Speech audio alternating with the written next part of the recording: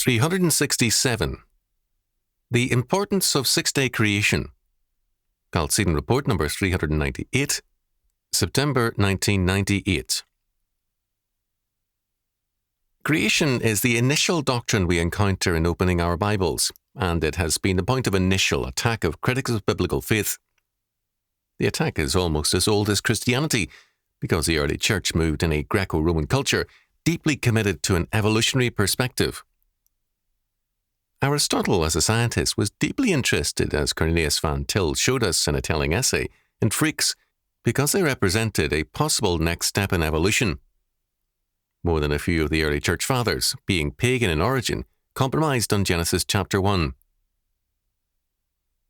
With the Enlightenment, the departures from an orthodox view of Genesis chapter 1 became more common, and they were the starting point for the development of modernism.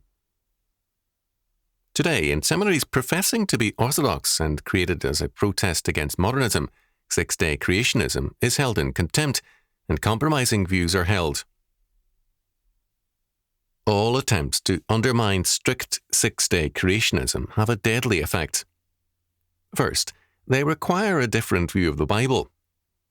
Orthodoxy has long held that the plain and obvious meaning of the text must prevail, not those meanings known only by scholars and apparent to no one else. These novel kinds of exegesis deny the validity of the Reformation and the view of Scripture as given to the believer, not the scholar.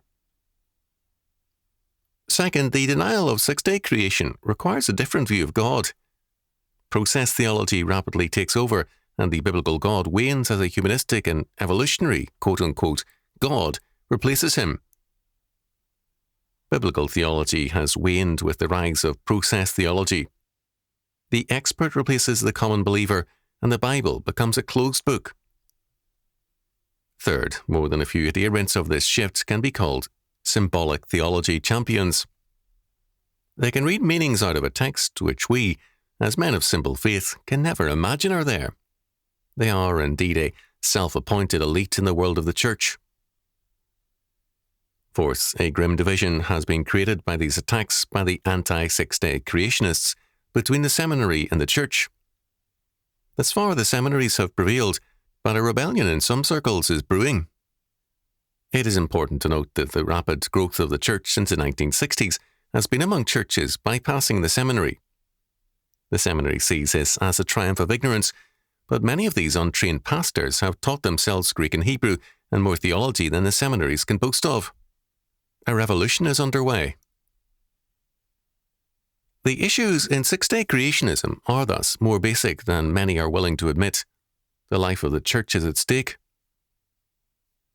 I pass at times in my travels a large stone church here in California. Seating about 1,400, it was once full, but modernism killed it. The church which then purchased the structure started off well until a seminary-trained fool gutted it with his modernism. It may soon need a third buyer.